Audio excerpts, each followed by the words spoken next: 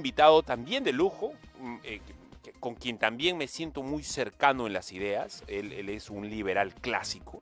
Yo no quiero decir que soy un liberal clásico, yo soy un cristiano, pero cuando me empiezas a despulgar, te vas a dar cuenta que tengo mucho de liberal clásico, de cómo pensaban los puritanos aquellos o aquellos reformadores que hicieron, bueno, los puritanos sobre todo, que llegaron a hacer economía en algún momento. ¿Y qué es el liberalismo clásico? Es una corriente, a ver, de pensamiento político y económico que se basa en la defensa de los derechos individuales, la libertad de mercado, etcétera. Y también se basa o propugna o defiende, José Luis, dime si me equivoco, en la limitación del Estado, ¿no? En la limitación del poder del Estado, para decirlo de manera más detallada. Creo que en su forma más pura el liberalismo clásico aboga, a ver, para explicárselo a la gente de una manera sencilla, aboga porque el gobierno no tenga excesivo poder, no sea muy grande, el Estado no empiece a decidir sobre todo, sino más bien que esté limitado, que tenga, a ver, funciones específicas y que no se salga y que permanentemente los ciudadanos y la Constitución le tengamos que decir al Estado siempre, ok, este es tu límite, hasta aquí llegas, no vayas a llegar más allá porque tú no estás hecho para eso. Que proteja los derechos de la propiedad, por ejemplo, que las libertades individuales, que promueva, a ver, la competencia en el mercado. Hemos hablado de eso con Lucas García hace un instante aquí. Y sobre todo que propugne una economía de mercado y la libre competencia. En resumen, creo que esto es lo que me parece a mí. Además, no solamente eso, sino que en el tema moral sea estrictamente el Estado que se oponga o oponerlo al Estado a todo interés o iniciativa de decidir por nosotros, por nuestras conciencias, sobre lo que nos compete a nosotros y a nuestras familias, y que el Estado haga sencillamente lo que tiene que hacer en un tema, a ver, de 3 o 4 puntos esenciales que debe hacer el Estado. Ya José Luis Tapia nos los va a explicar ahora. Hola José Luis, ¿cómo estás? ¿Cómo estás, Fabrizio? Muchas gracias por la invitación. Añadir nada más a lo que ya venías diciendo, que me parece que lo has resumido estupendamente, es que también es un blindaje para las tentaciones, desde el punto de vista cristiano, de estar sustituyendo a un Dios verdadero, cristiano, como debe ser, por otro Dios, que es la estatolatría, es decir, el Dios Estado. El papá Estado, ¿verdad? Entonces, ese blindaje nos lo da el liberalismo clásico, porque nos pone en una posición de humildad al aceptar de que el Estado no lo puede resolver todo como quisiera los malos corazones. Él trata de reemplazar a Dios por el Estado, el Dios verdadero, por esos poderes fácticos en el terreno, en el mundo terrenal. Y eso es lo que evita el liberalismo clásico, que desvíes tu mirada de donde debe estar un buen cristiano, que es el Dios verdadero, hacia un Dios falso, que sería el Estado. ¿Por qué? Porque hay muchas limitaciones que hay que ponerle al Estado para no sustituir, por ejemplo, la educación, que debe estar en control de los padres, y si tú se lo entregas eso al Estado, estarías abdicando de la función como padre de familia de darle la mejor educación a tus hijos. Así mismo va a ocurrir en la economía, así mismo va a ocurrir en la cultura y en todos los ámbitos donde el Estado está en estos momentos invadiendo las esferas individuales y en este caso invadiendo la moralidad. ¿Cómo es posible que tú tengas que pedir al Estado la educación, la salud, cuando eso te corresponde a ti? Dios te ha dado cerebro, te ha dado fuerzas, te ha dado energía, te ha dado inteligencia. ¿Cómo lo vas a sustituir por un Estado en el cual el burócrata, ¿qué sabrá de tus problemas familiares, de tus problemas morales y todo eso? De los detalles que son importantes de tu existencia, ¿verdad? Exacto. Tú eres economista, José Luis, bueno, eres magíster en gestión estratégica empresarial, eres presidente del Instituto Libre Empresa. Dime, ¿has sido asesor económico también del despacho de viceministro de Integración y Negociaciones Comerciales y durante más de 20 años has sido profesor universitario? Eres profesor universitario. Y has escrito un montón de libros, te han dado un montón de premios, etc. También estás dirigiendo un partido, que es el partido... Movimiento 5 Reformas. Ok. José Luis, ¿cómo es un gobierno liberal clásico y cómo sería en el Perú? ¿Es posible eso? Es posible porque algo sobre esto ya se está haciendo en Argentina. Por ejemplo, el presidente Milei ya le han aprobado su ley bases y esa ley base le dice, usted ya puede ir reformando el Estado. Quiere decir, ese Estado elefantiásico, grande, gordo, lleno de impuestos, de burócratas que se inflan pues el pecho, ¿no? Y sacan su, digamos, su poder, lo exhiben y no le interesa a la gente, así se aumenten los sueldos, los gastos de representación del Congreso y todo eso.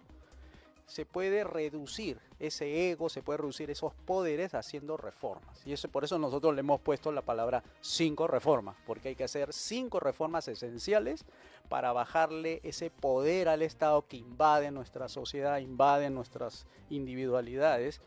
Y se puede hacer a partir de derogación de leyes malas. Esa parte creo que ningún partido lo dice, nosotros lo decimos abiertamente. Una vez que nosotros queremos impulsar un gobierno liberal, lo primero que tenemos que hacer es derogar todas aquellas leyes malas. Y pongo un ejemplo, una ley mala es una ley de educación, es una ley mala. Ley de salud es otra ley mala, ley de banco es otra ley mala. Entonces hay que derogar eso para devolverle a la gente esa capacidad, ese control que nunca debió haber perdido. Control sobre la educación, control sobre tus finanzas, control sobre los precios y todo eso, porque eso no puede estar en manos del Estado. El Estado está hecho para 3 cosas nada más. A ver, vamos justicia, por seguridad y obras públicas. A ver, vamos por partes porque me interesa detallar eso. ¿Cuáles son las 3, las 3 tareas o las 3 ocupaciones o las 3 obligaciones que tiene el Estado? ¿Cuáles son? Primero, justicia. Justicia, ok. Seguridad y obras públicas seguridad básicas. Interna y externa, me imagino. Seguridad, fronteras y el orden interno, ¿no? Contra la delincuencia, etc. ¿Y la otra me dices cuál es?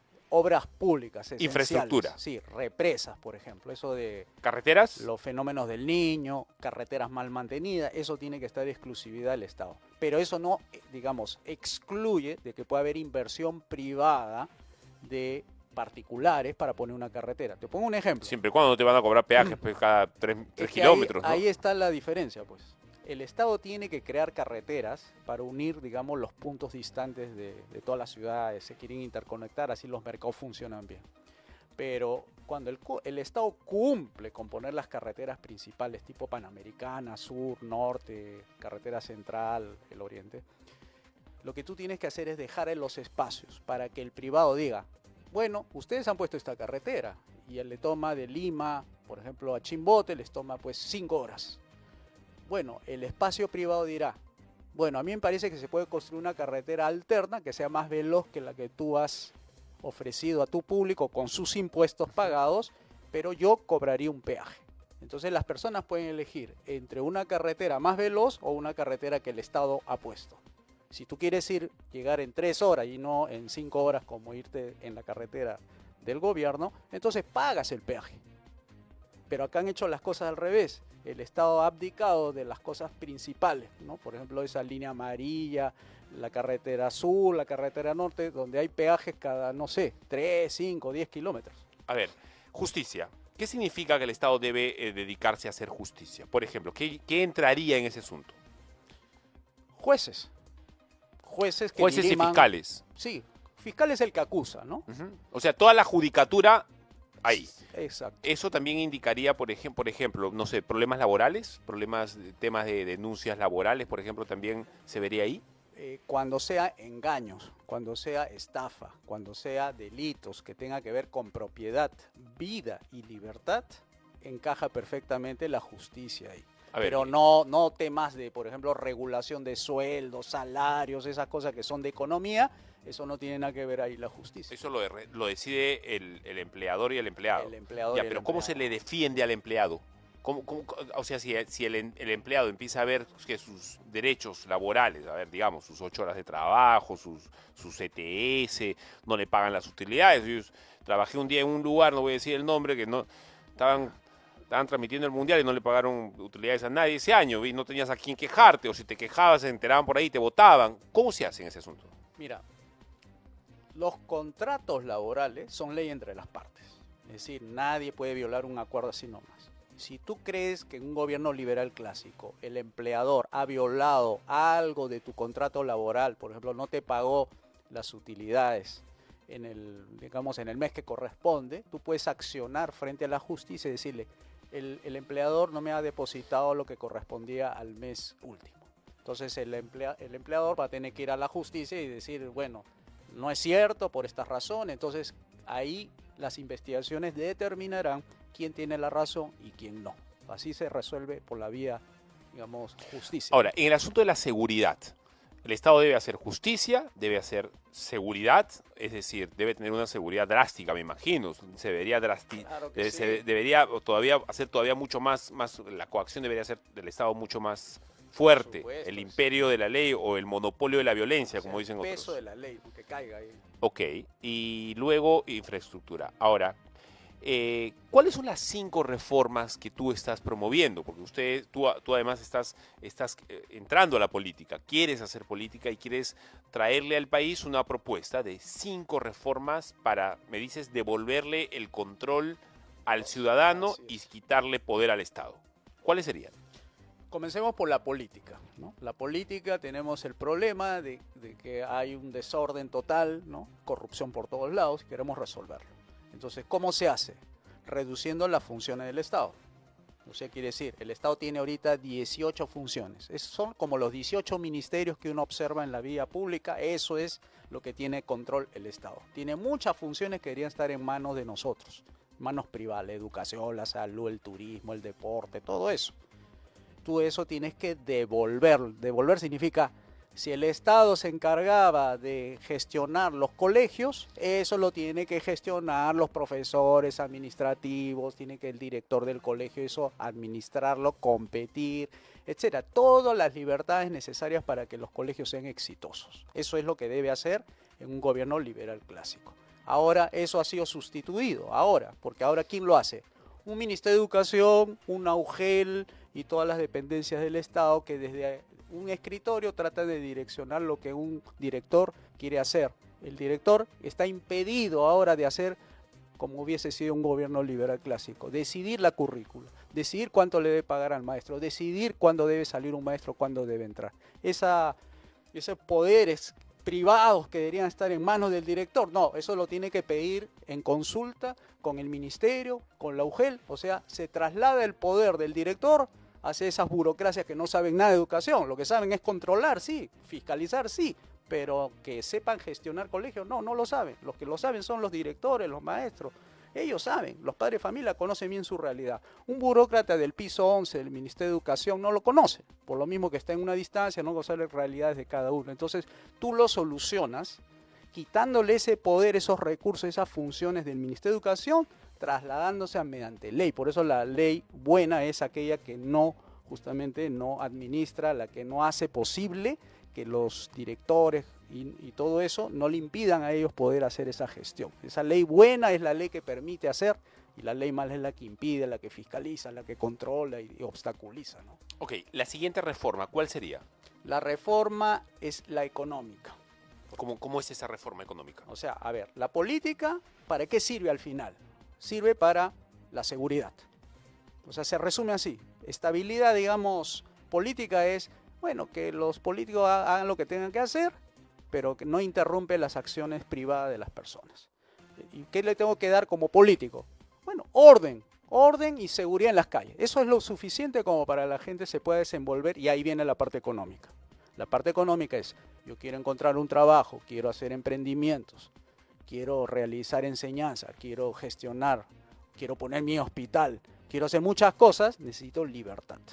Y esa libertad te la da la reforma económica porque abre los mercados y además el ingrediente, digamos, novedoso sería aquí que para poder hacer todas esas libertades no necesitas pagar muchos impuestos, solamente pagaría uno, que sería el impuesto general a las ventas. Eso es lo que nosotros estamos proponiendo. Un solo impuesto. Un solo impuesto. Es decir, ¿y todo lo demás?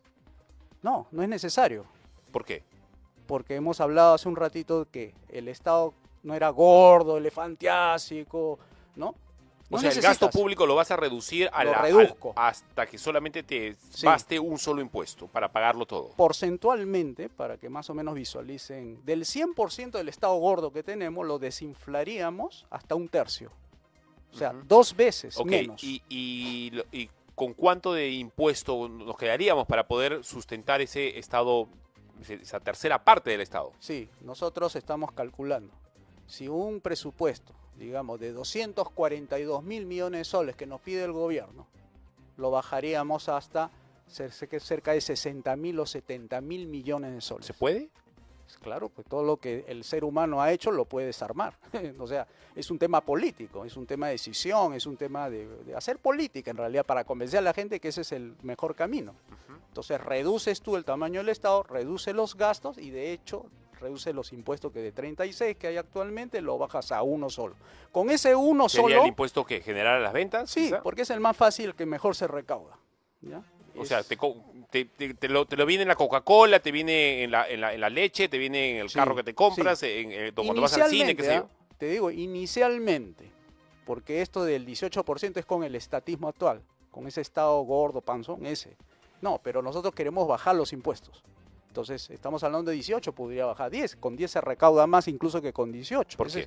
Porque hay un efecto ¿No que es un se llama... contrasentido eso? No, porque hay un efecto Laffer, es decir, si tú pagas el 100% de lo que tú ganas, te quedas sin nada, ¿no es cierto? Mientras menos pagues ese impuesto, más te queda.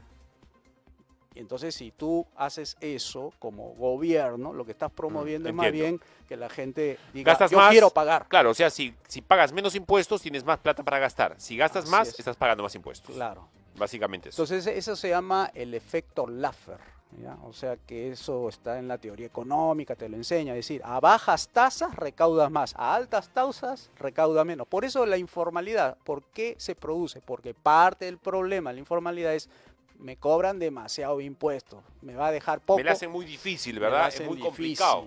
Entonces la gente se queda con poco. Dice, no, yo soy pobre, ¿cómo me voy a quedar con poco? Prefiero no pagarle al Estado y quedarme con lo que me necesito para llevar el alimento a mis hijos. O sea, hace ese sacrificio de no pagar al Estado. Prefiero pagar a mi familia, no al Estado. Sí, claro. Entonces, esa es la reforma económica. Es decir, abrir todos los mercados para que... Y ahí viene el segundo beneficio. Permítame.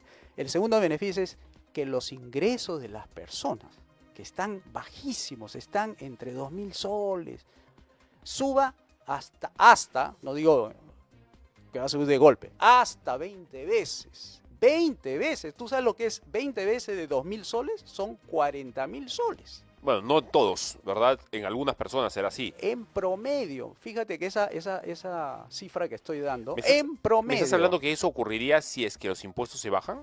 En general, sé todas las reformas. A ver, hablemos de eso al final. Primero Sí. quiero entender las reformas. Después de la reforma política y de la reforma económica, ¿cuál viene? Viene la de salud, la de educativa y pensiones. Pensiones. Sí, las Comencemos tres. por la de pensiones. ¿En qué consiste? Pensiones es sustituir lo que tenemos actualmente, que es el sistema, diseño humano, que tienen que todos pagar obligatoriamente por el libre mercado, lo que llamamos el mercado libre de pensiones, que no es lo mismo que sistema. Sistema es control, diseño, fiscalización, aporte Sí. obligatorio, solamente 4 AFPs, combinación de ONP con AFP, y por ahí se viene la expropiación, que de repente podemos hablar un poquito de eso. Al final nosotros decimos, con mercado libre de pensiones y con la reforma económica, tú vas a poder tener mejores pensiones y más altas de las que tú tienes en estos momentos, que con el sistema te paga poco. ¿Cómo con así? mercado libre te paga más. ¿Cómo así, José Luis? ¿Cómo así puedes tener mejores pensiones si es que quieres tenerlas? Porque también, o sea, también está quienes no quieren, a ver, entrar a ningún sistema, a ninguna, a ver, idea, a ningún organigrama de pensiones, sino quieren procurarse ellos su alquiler, su maestría, Claro. no sé, sus propias maneras para ellos asegurarse el futuro. Mercado libre, como su nombre indica, es libre, pues no estás obligado a nada. Tú quieres entrar a tener pensiones para ti, para el futuro, elige, pues, Claro, escoge. y eso va a hacer que las propias aseguradoras o las propias AFPs o las empresas que quieran administrar tu platita para luego dártela en una pensión, realmente lo hagan bien y sea eficiente el resultado que te van a dar. Porque van a porque competir. Se van a poner a competir. Claro. Y tú vas a tener la libertad para decidir, ¿entro o no entro?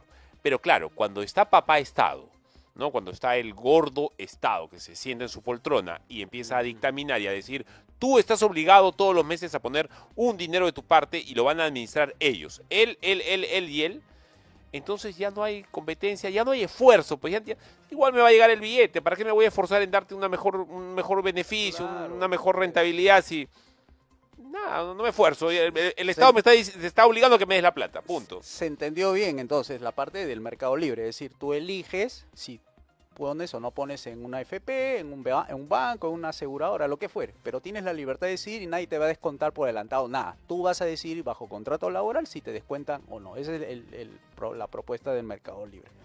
Pero el problema es, oye, pero yo quiero tener buenas pensiones. ¿Cómo me aseguras eso? Con la reforma económica. Por eso te hablaba esto de las 20 veces, porque en Qatar ganan esa cantidad con su capitalismo, digamos, casi de las 5 reformas. Pero nosotros estamos proponiendo una cosa completa, no parches. Parches es lo que va a hacer el gobierno, una reforma. Eso no le va a dar plata a nadie, eso hay que decirle a la gente. Porque esto de la reforma, que el IGB, que de un punto del IGB va a servir para que te sirva para tu cuenta individual. Ese es el engaño, digamos, para lo que va a venir después. Lo que va a venir después es que van a combinar. Combinar, esa es la palabra que emplea una organización que quiere entrar el Perú Internacional. Dice así, la ONP hay que complementarla o combinarla con las AFPs, es decir, lo estatal con lo privado. ¿Por qué? Porque hay que aplicar el principio de la solidaridad. Eso se llama, eso sí, ¿sabes por qué lo dicen? Porque algunos, con lo que han aportado, no le va a ser suficiente para tener una pensión del cual vivir, que le están poniendo 800 soles de piso. Entonces, para lograr darle esos 800 soles, y el gobierno que no tiene ni dinero para pagar la diferencia, eso lo va a dar las cuentas individuales. ¿Tú sabes lo que es darle las cuentas individuales? Eso se llama expropiación.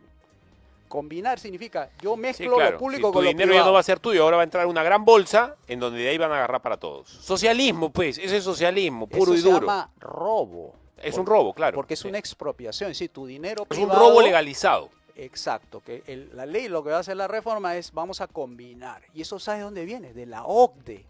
Eso es donde aspira el Perú todavía a entrar a eso esa. Eso es lo que va a venir, prueba. amigos. Ustedes que me están escuchando, a ver, que están entendiendo este asunto, eso es lo que va a venir en breve. Nos van a unir el tema de la ONP con la AFP y van a poner como excusa todos estos retiros que han habido, que hay gente pues, que critica, salen los popes y los intelectuales y los bienpensantes a defender este asunto, que es un robo legalizado el tema de las AFPs, y nos van a enyucar, como dicen en la calle, una cosa todavía peor.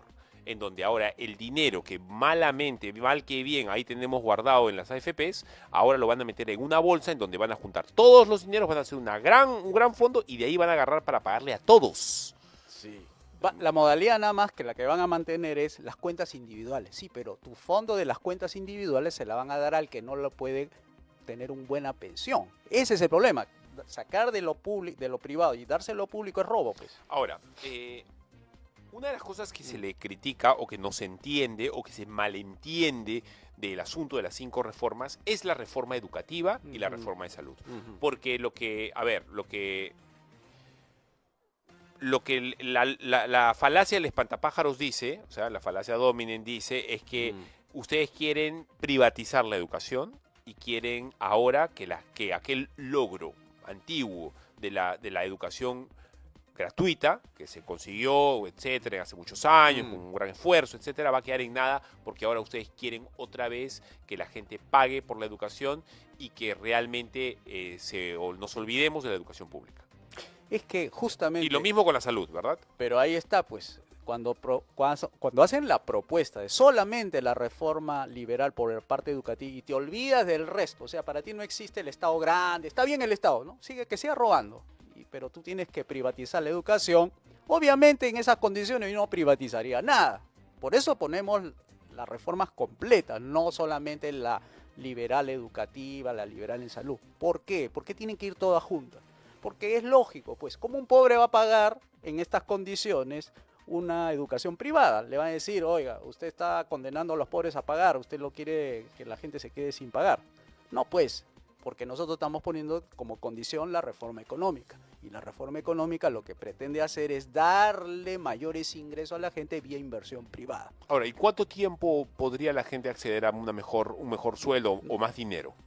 Eso depende del apoyo.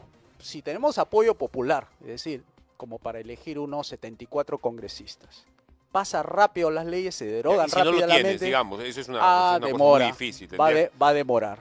Va a demorar. ¿Y entre tanto la gente está pagando su colegio? Y los beneficios van a demorar. Ahora, entre tanto eso, ¿la gente paga el colegio? Pero me estás diciendo que no vamos a tener apoyo popular. Claro. ¿Qué significa? Que no vamos a tener la mayoría en el Congreso, o sea, las leyes no van a pasar. Solamente, digamos, tenemos la presidencia, pero no tenemos el Congreso para que derogue las leyes. En esas condiciones no vas a poder hacer ninguna reforma. Tú necesitas derogar leyes para hacer reformas. Necesitas el Congreso. Necesitas Incluso el más Congreso. que la presidencia. Por eso, es el Congreso es el que tiene el poder, no es el otro. El otro es ejecutivo, ejecuta, hace, pero no es el que decide qué ley va, qué ley no. Entonces, es el Congreso el que tiene que hacer esa tarea. Entonces, la reforma económica tiene que complementar a lo educativo. No es que lo educativo complementa a lo económico. Entonces, si tú le das un mercado en el cual el padre de familia puede pagar con sus propios ingresos, él va a tener todas las condiciones para pagar sin problemas. Okay, va a José dejarse Luis, pobre, en ok, otras palabras. Y ¿no? entre tanto, no. A ver, porque estamos hablando de un eventual gobierno liberal clásico en el país. Esto no va a ser de la noche a la mañana. Y además, es muy difícil que se alcancen 74. O sea, Keiko Fujimori, pues, que era una figura en su momento muy providencial, puso un montón, no sé si llegaron a 74, pero Sí. fueron bastantes congresistas cuando fue el gobierno disuelto, el Congreso disuelto por Martín Vizcarra. Esa no es la posibilidad mayor. La posibilidad mayor es que si es que hay un gobierno un día liberal clásico, si aparece un gobierno de estos, no se alcance la mayoría. Dada la situación en el país, todo está muy fragmentado, hay muchos intereses, hay mucha fuerza política también del otro lado. Antauro está por ahí, la izquierda siempre tiene un 12, un 13%. Pero hay que presentarle a la gente cómo se funcionaría un gobierno liberal con un Congreso de mayoría liberal para que vea cómo es que sales de la pobreza. Pero no siempre lo van a aceptar. Se lo Claro, puede presentar, pero no te van a decir Pero que eso sí. hay que presentar para que vea Correcto. cómo funcionaría, ¿no? Ok, Entonces, en ese caso, tú le dices a las personas, por ejemplo, le dices, mire, necesitamos lo siguiente, una reforma económica para que te dé los ingresos a ti. ¿Qué haces mientras tanto? Esa es la pregunta que me hacen a mí. sí. Con los pobres son pobres ahorita, ya, ¿cómo le das? Le das unos bonos, unos cheques, algo que le permita poder, con el dinero del Estado, le das a los más pobres del país, aquellos que no pueden pagar la educación, y pasas todos los colegios del Estado para que los gestionen los profesores, directores y eso. Y los alumnos más pobres se matriculan en el colegio que desean. Eso se llama los famosos vouchers que por ahí el señor Cabero, el congresista, trató, pero sin hacer reforma económica. Solamente lo presentó como una cuestión administrativa. Lo de nosotros es, toma mientras tanto, padre familia, que Tu no voucher. puedes pagar, toma esto y en el caso de salud igual, los dos.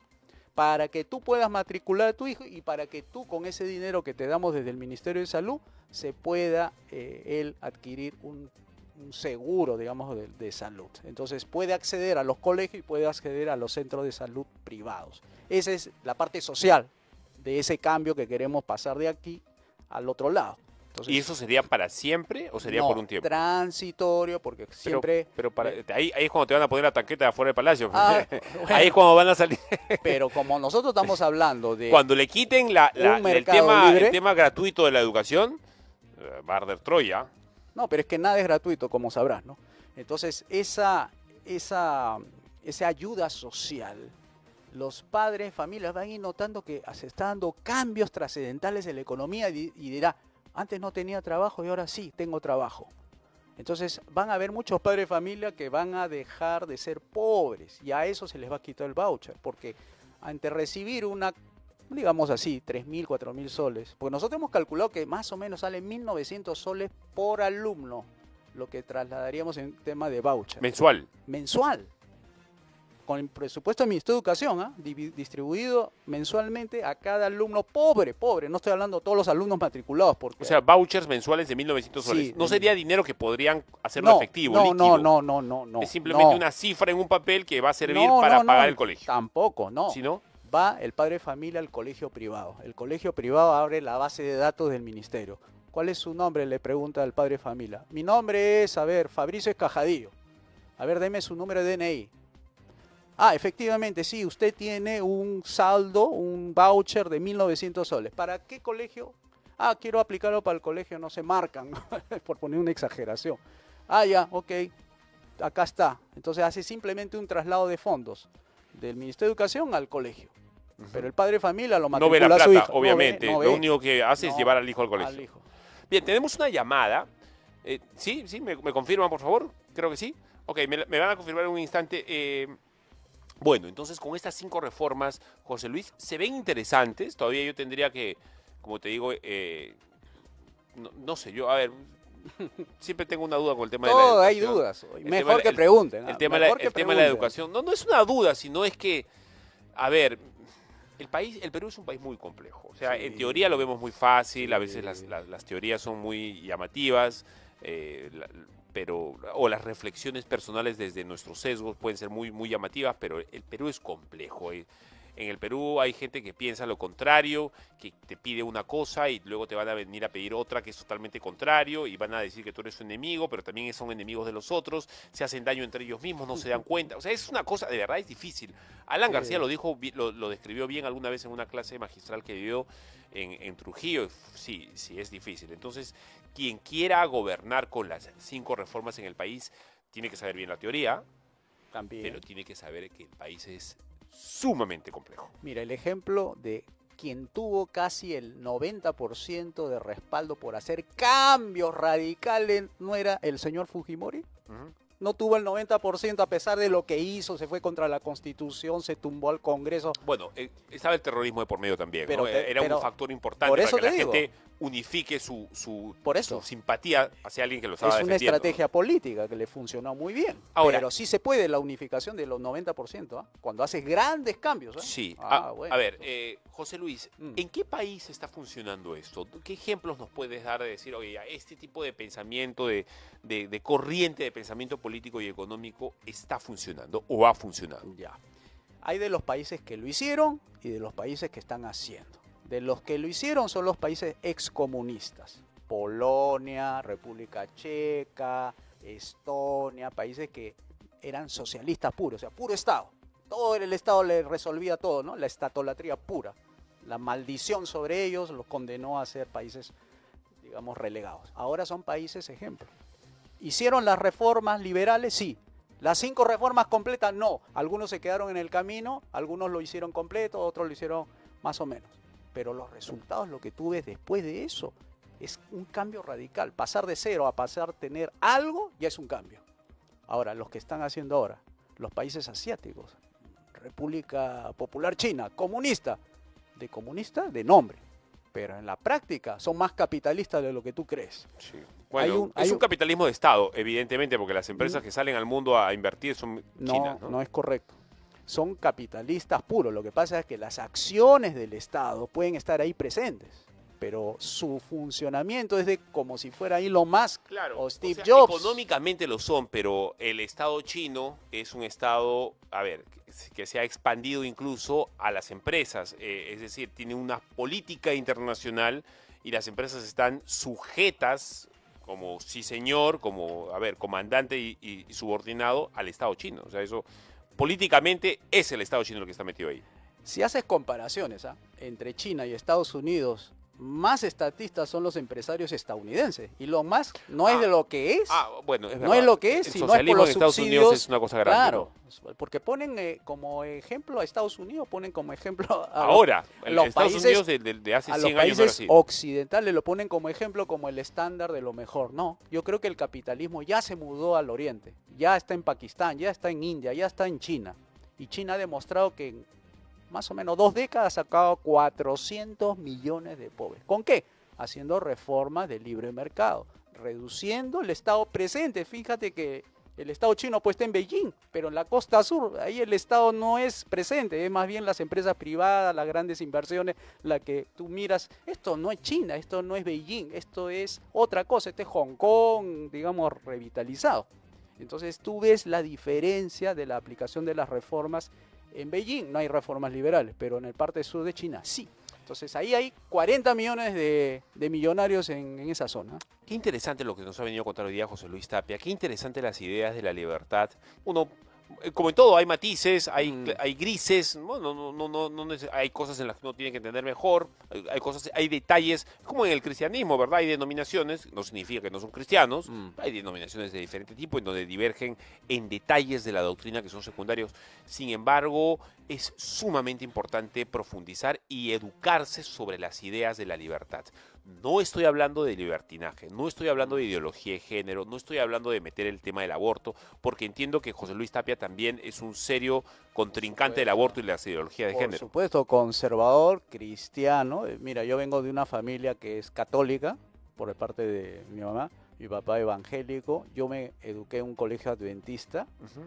Soy católico en cierta manera, pero mis amigos, todos los que estamos en política, son más que todo del rubro evangélico. O sea, ¿se puede ser liberal y se puede ser conservador? Por supuesto. No son contrapuestos, no hay una contradicción. No, dime dónde, a ver, para más No, o no, no, menos te lo responder. pregunto porque la gente entiende eso, entiende, yo soy liberal, no, yo soy conservador y hay como una especie de Claro. pugna en las redes, etcétera. Se entiende de una... Bueno, sí, claro, lo que pasa es que hay que ver tu público, pues tu público es cristiano aquí, ¿no es cierto? Sí, Ya. bueno, sí, pero En no, cierta no manera. solamente. Bueno, supongamos que ellos se preguntan, ¿usted está contra el aborto? Por supuesto. ¿Estás a favor del matrimonio igualitario? Por supuesto que no. Entonces, ¿por qué un liberal puede responder así? Porque uno tiene la moralidad, digamos, del tipo judeo-cristiano. O sea, tengo esos valores. O sea, yo sé que el liberalismo proviene de un fundamento bíblico. Y me lo testimonian muchas personas que son más leídas que yo, que son maestros bíblicos. Me dicen, esta doctrina es la doctrina bíblica de los padres fundadores de los Estados Unidos, de Thomas Jefferson, de John Adams, de los conocidos. Todas estas personas han sido cristianas. Ponte Entonces, los audífonos, José Luis, por favor, porque nos va a entrar una llamada. ¿Desde dónde es la llamada? ¿Sí? Tenemos una llamada, ¿verdad? ¿Qué tal? Dios le bendiga, ¿cómo está? Muy buenos días. ¿Cómo está, hermano? Dios bendiga, hermano. ¿Con quién tengo Bueno, el gusto? ¿De dónde nos llama? mi nombre es Percy, llamo de Ica. Y bueno, mi pregunta es, en primer lugar, saludar el programa. Y bueno, la exposición del señor Lucas fue muy convincente porque explicó, ¿no?, una economía planificada en una sociedad socialista y una economía liberal como es la nuestra, ¿no? Dentro de ese criterio, ¿no?, económico, le pregunto al señor José Luis, en su programa que nos está esbozando, ¿qué nos puede comentar o qué medidas se va a tomar en el problema de los monopolios y los oligopolios? ¿Por qué razón? Porque la Constitución buena del pregunta. 79 está contra el oligopolio y el monopolio. La Constitución del 93, por lo consiguiente. Entonces, en su programa, ¿cómo abordaría este tema? Porque imagínense, las tiendas pequeñas de Ica no pueden competir con las tiendas grandes que están liberadas de impuestos, ¿no? Llámese, por ejemplo, las transnacionales que tenemos en Ica, ¿no? Empresarea, tenemos, como se llama, Correcto. todas esas instituciones. ¿Cuál es Correcto, su punto de Percy. vista de Muchas esto? gracias, mi hermano. Muy amable. Dios te bendiga. José Luis, por favor. sí, Percy, mira, la solución está en derogar las leyes. Tú sabes que la formación de los monopolios tipo Sedapal, Petroperú o esos 4 oligopolios de las AFP, todas tienen una causa común y es la ley. Por ejemplo, la industria láctea tiene 3 empresas que son Laibe, Nestlé y Gloria. ¿Tú sabes cuántas normas hay detrás de la regulación de esa industria? Yo las he contado. Son 62 normas. Por esa razón es que una empresa pequeñita no puede competir contra tremendos oligopolios porque la ley se convierte en una barrera y además son costos de transacción, que ese es un término jurídico económico. No puedes competir porque la ley te prohíbe, te controla, te castiga si intentas tú competir contra ellos porque tendrías que saltearte la ley. La ley mala es la que impide, la ley mala es la que no fomenta la libre competencia y los oligopolios se crean por ley. La ley hay que derogarla, hay que eliminarla para que haya cancha abierta, para que entren todos y así puedas competir contra los que tú quieras, ¿no? Tu reflexión final, José Luis. Entiendo que hay un tema de tiempos. ¿Qué cosas, cómo están ustedes ahora? Cuéntame. Quisiera invitar a todos los trabajadores y aprovechando en saludarlos a todos los trabajadores de Perú esforzados que día a día se rompen el lomo por llevar algo a sus hijos y que este gobierno no está haciendo lo que debe hacer, es invitarlos. Fíjense, nosotros somos un movimiento que queremos ser partido y necesitamos apoyo, necesitamos de gente como Percy, que está preocupado por la economía de sus hijos, por la competencia y todo eso, para que se sumen a nosotros. Nosotros somos gente nueva, no hay, digamos, nada escondido, ustedes pueden entrar y necesitamos justamente gente que se pueda encargar de los comités y todo eso. Por eso que abrimos las puertas, entren, invitamos, este movimiento es para ustedes, no es para nosotros. Nosotros seremos, digamos así, los que estamos impulsando, pero lo que queremos básicamente es su apoyo, y para eso ustedes tienen que entrar a la web. Tenemos una web, pueden verlo ahí, 5 de número reformas.com. Se pone en contacto con nosotros, sobre todo en las regiones. Necesitamos más o menos 70 comités. Esos 70 comités distribuidos en 20 regiones nos posibilita ahora a entrar a concursar para el 2026. Y tenemos las cosas claras, sabemos los objetivos que queremos lograr.